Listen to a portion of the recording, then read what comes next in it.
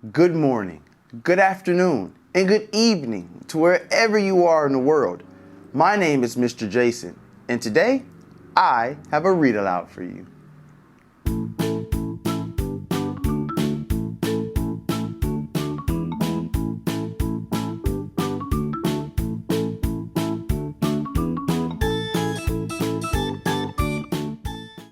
Welcome back to Mr. Jason's Read Alouds, and welcome back to my classroom.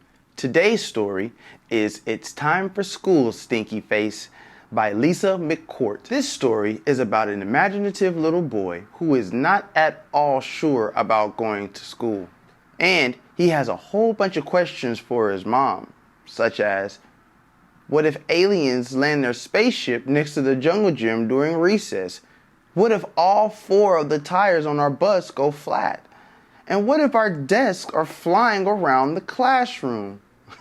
He does have a really excited imagination, doesn't he?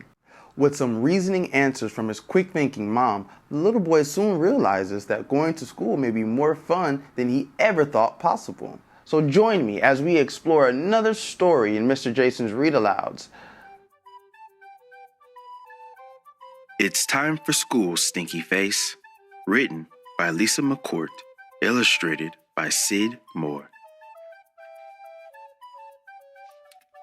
It's almost time for school, Stinky Face, said Mama as she packed my lunch. But I had a question. Mama, what if the school bus was already stuffed with too many kids, and the second I stepped inside, all the tires popped flat? If all the tires popped flat, I'll call the circus. I'd ask the clowns to come and drive you and other kids to the school in their crazy little cars.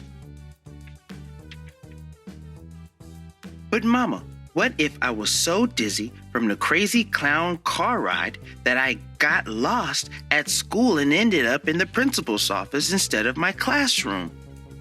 If that happened, the principal would help you find your class. But what if she's really a witch, just pretending to be the principal, and she turned me into a snarly werewolf in polka dot underwear and gave me a timeout for my super smelly breath? If the witch did that, I'd come and get you. I'd feed you raspberries while I sang Skip to My Lou and spun you around 47 times with a teacup on your head. That's the secret formula for breaking all nasty spells. I learned it in Girl Scouts. Then I'd help you find your classroom. But Mama, what if the glue had spilled at art time? Buckets and buckets of it. And the door to my classroom got stuck.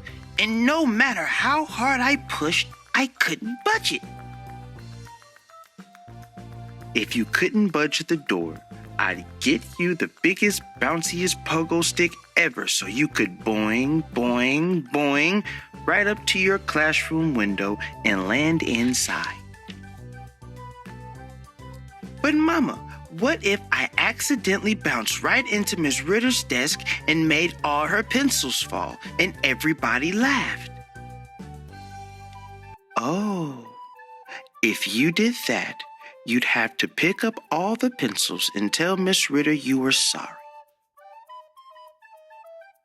But Mama, what if Miss Ritter laughed herself silly and instead of teaching us letters and numbers, she taught us how to make armpit noises and dance the hokey pokey? If that happened, you would have an interesting day at school. But Mama, what if it was my turn to feed the class fish? Only when I got to the aquarium, the fish were all wearing itsy-bitsy sunglasses and drinking little milkshakes through teeny tiny straws. They wouldn't be very hungry if they were all filled up with milkshakes, but Miss Ritter would probably give you another turn soon. And then, Mama, what if we were playing on the playground and an alien spaceship landed right next to the jungle gym? What if the aliens liked to play catch with mud pies made of slimy green alien goop, and whenever you caught one, it went splat? all over you and you were slimed. If that happened, you would have a messy day, but a fun one too, I bet. Mama, what if we walked in 2 straight lines back into our classroom, only when we got there, all the desks were flying around in the air? If your desk were flying, I bet you would all hop right onto them and have a zoomy game of desk tag. But Mama, what if it was circle time? Oh, well, if it was circle time, I'm sure all the desks would park themselves in their nice neat rows so that you could get out of them and sit on the circle. But Mama, what if it was story time circle time? Only Miss Ritter forgot all her stories and she made me tell a story to the class instead. You know what, my little stinky face? What, Mama? I think you do just fine.